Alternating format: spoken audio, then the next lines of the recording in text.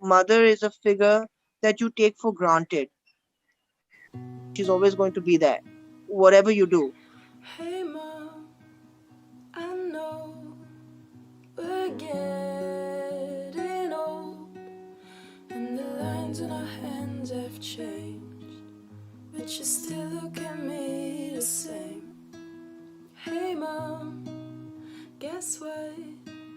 You're really tough, and I know you did all you could just to make sure my life was good. She did her medicine in pediatrics and the degree in the UK, but she wanted to come back. She wanted to serve the country.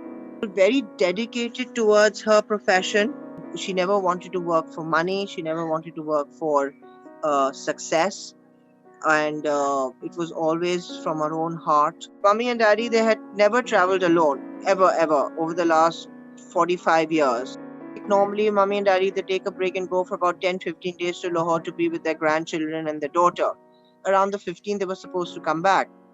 Due to the COVID and lockdown, the flights got suspended, the cities got shut off, the airports shut off. So they got stuck in Lahore. So she said, no, I want to come and spend Eid with my sisters. I want to come and spend Eid with you. Wednesday, I spoke to her. Again, I said, you don't need to come. Just wait it out. You still have another 2 days. Don't go ahead and book your ticket just yet. She said, no, I'm coming. So Thursday night, I get a call that, she's on the flight. She'll be here Friday afternoon. Instead of being with my father or my sister or grieving with the family, I was making phone calls to make sure what the steps were and what documents were required. The DNA results or the DNA test was done by Karachi University. The dental records were being done by dentists deputed at the National Disaster Management Agency. So the National Disaster Management Agency and the Karachi University were supposed to work together, with PIA being at the forefront. All the affected families were just there on their own. There was nobody to help. PIA was just absolutely no help, no facilitation, no empathy, no regards for or sympathy for any one of us. To find Mummy's body has been the most difficult things ever. The bodies were in no condition to be recognized. I was running from pillar to post from one government organization to a different organizations just to find Mummy's remains, but they're just giving me the runaround.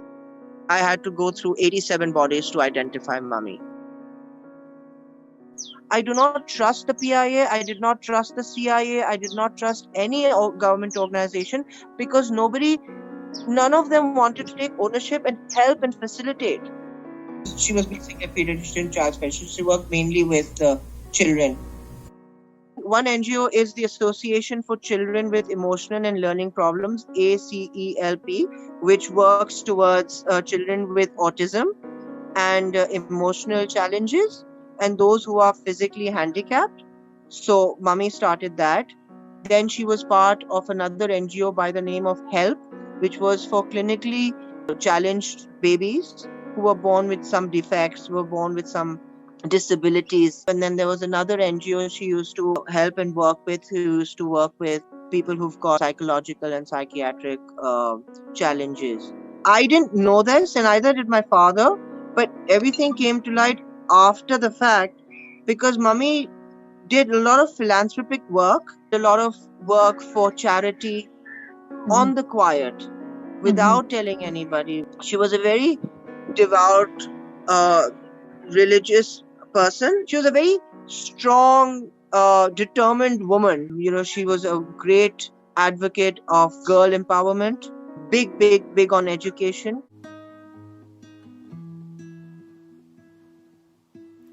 Hey you, sit back, don't go so fast.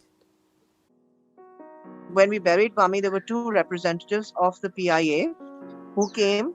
They took photographs of my mother's grave and they posted those photographs in the PIA's library so that it went into their record without my consent. How can you be so insensitive about things when you were not there to help us even to identify and recover the body and the body remains? After that, over the last 3 months, They've been back and forth with my mother's personal belongings that were in her purse, and it was a display of items as if they were out there on in an exhibition kind of thing. Very, very, very disorganized.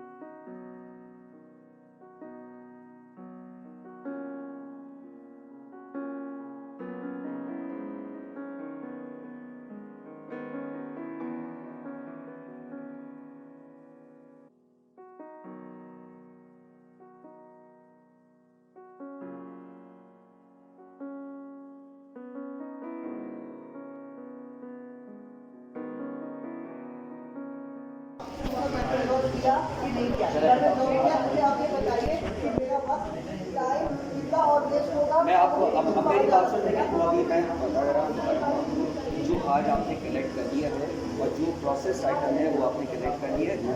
आपका unprocessed item जो है वो मैं ये अपनी जिम्मेदारी पे कह सकता हूँ कि जैसे ही वो प्रोसेस हो जाएगा मैं आपको आपके घर डिलीवर करवा दूँगा। आई डाउटेड आप घर डिलीवर करवाएंगे। नहीं, जो आपकी मर्जी। और डिस्प्यूटेड आइटम का क्या होगा? डिस्प्यूटेड का आइटम का जब तक वो दूसरी पार्टी नहीं आएगी तब तक हम उसको तो फिर ये बाकी तो जो आइटम नॉन प्रोसेस्ड है वो ही डिस्प्यूटेड है। How is that possible? तो उनको बुला के हम तो आप बुलाइए।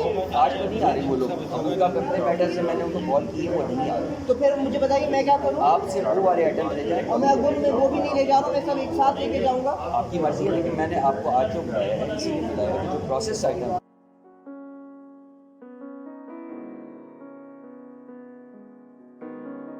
No sensitivity to the accident, no sensitivity to our emotions and grief. But as far as the luggage itself was concerned, they just said that all of the luggage has been burnt to ashes. And during this whole period, I have written emails to all the top management of PIA, whether it is your MD, the company secretary, all the general managers, all those who were responsible, stating all these events and chain of events, PIA's behavior towards us. No response, none whatsoever.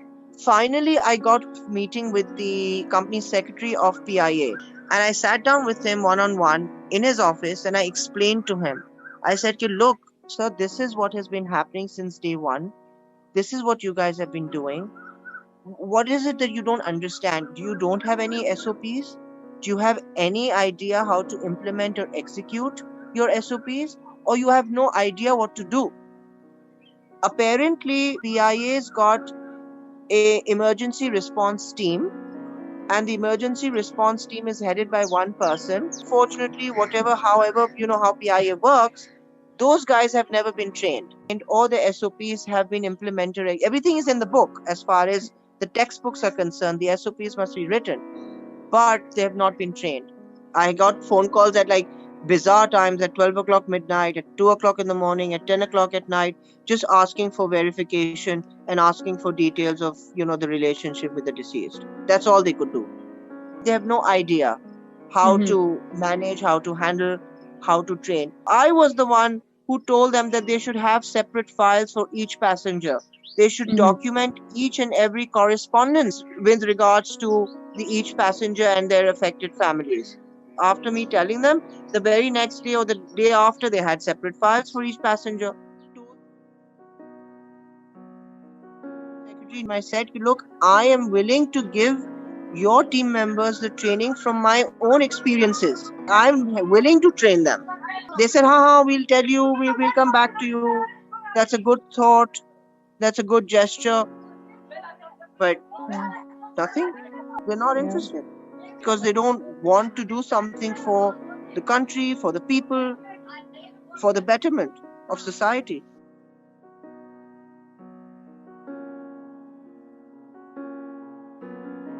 Not even one said, look, this is what we're going to do. This is what should be done. And these are the steps that we would take for you or you to help you sort of, recover your mother's remains and for you to help grieve and be with your family. So none of that ever happened. It's been 4 months, whether it is PIA or the CAA or any other officials have stood up and said, look, I'm sorry for this, and this is something that we will do so that it doesn't happen again. They are not fazed at all by this incident. The bureaucratic system, the political system is just not conducive to helping and facilitating such things. The investigation report of this whole crash should be transparent and should be done by a third party, not with PIA officials being involved in the investigation. That is just biasness. So it should be by a third party, it should be transparent, it should be made public.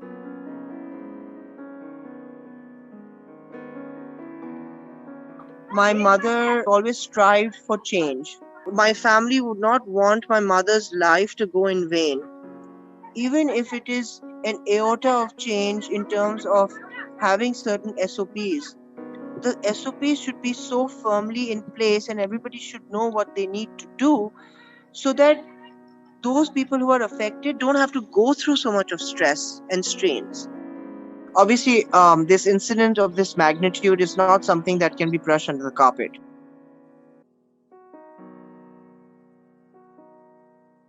They should ensure that certain protocols and SOPs should be followed or should be implemented and executed, and the proper training should be given to the emergency response team so that they should know how to handle such accidents of this magnitude. And we as affected families should be given some grief and counseling from PIA. The post-traumatic trauma, the post-traumatic stress that all of us have to go through is something that needs to be dealt with. So where is PIA showing their sympathy and empathy for us? Where is your accountability? Where is your ownership? Yeah. And my message to the government is that please take this as an opportunity to make yourselves better. The moment you think about somebody else and become selfless, that's when things will start getting better. I'm willing to help you and help you train your emergency response team or whoever's responsible to tell them, look, this is what I've been through, this is what needs to be done. As far as a mother, I think she's my mother. I don't know what else to say. Always used to tell her that, Mummy, I would want you to go peacefully. I would want to sort of help you and sort of, be there for you even in your old age. But she always used to turn around and say, look, I want to die without being dependent on anybody. Hey Mom, I know we're getting old and the lines in our hands have changed, but you still look at me the same. Hey Mom, guess what? You're really tough, and I know you did all you could just to make sure my life was good. Hey you, sit back, don't go so fast. If this is the last time, please come close. I love you with all my heart, you know. I don't wanna cry, I'm bad at goodbye. If this is the last time, it seems like I'm still waiting for her to come. but I look up to you the same. Hey you, sit back, don't go so fast. If this is the last time, if this is the last time, if this is the last. It's so difficult trying to find something to say about Dr. Yasmeen, just because there is so much to be said. We grew up, we used to visit her house as kids since we were all family. My parents were family friends with her.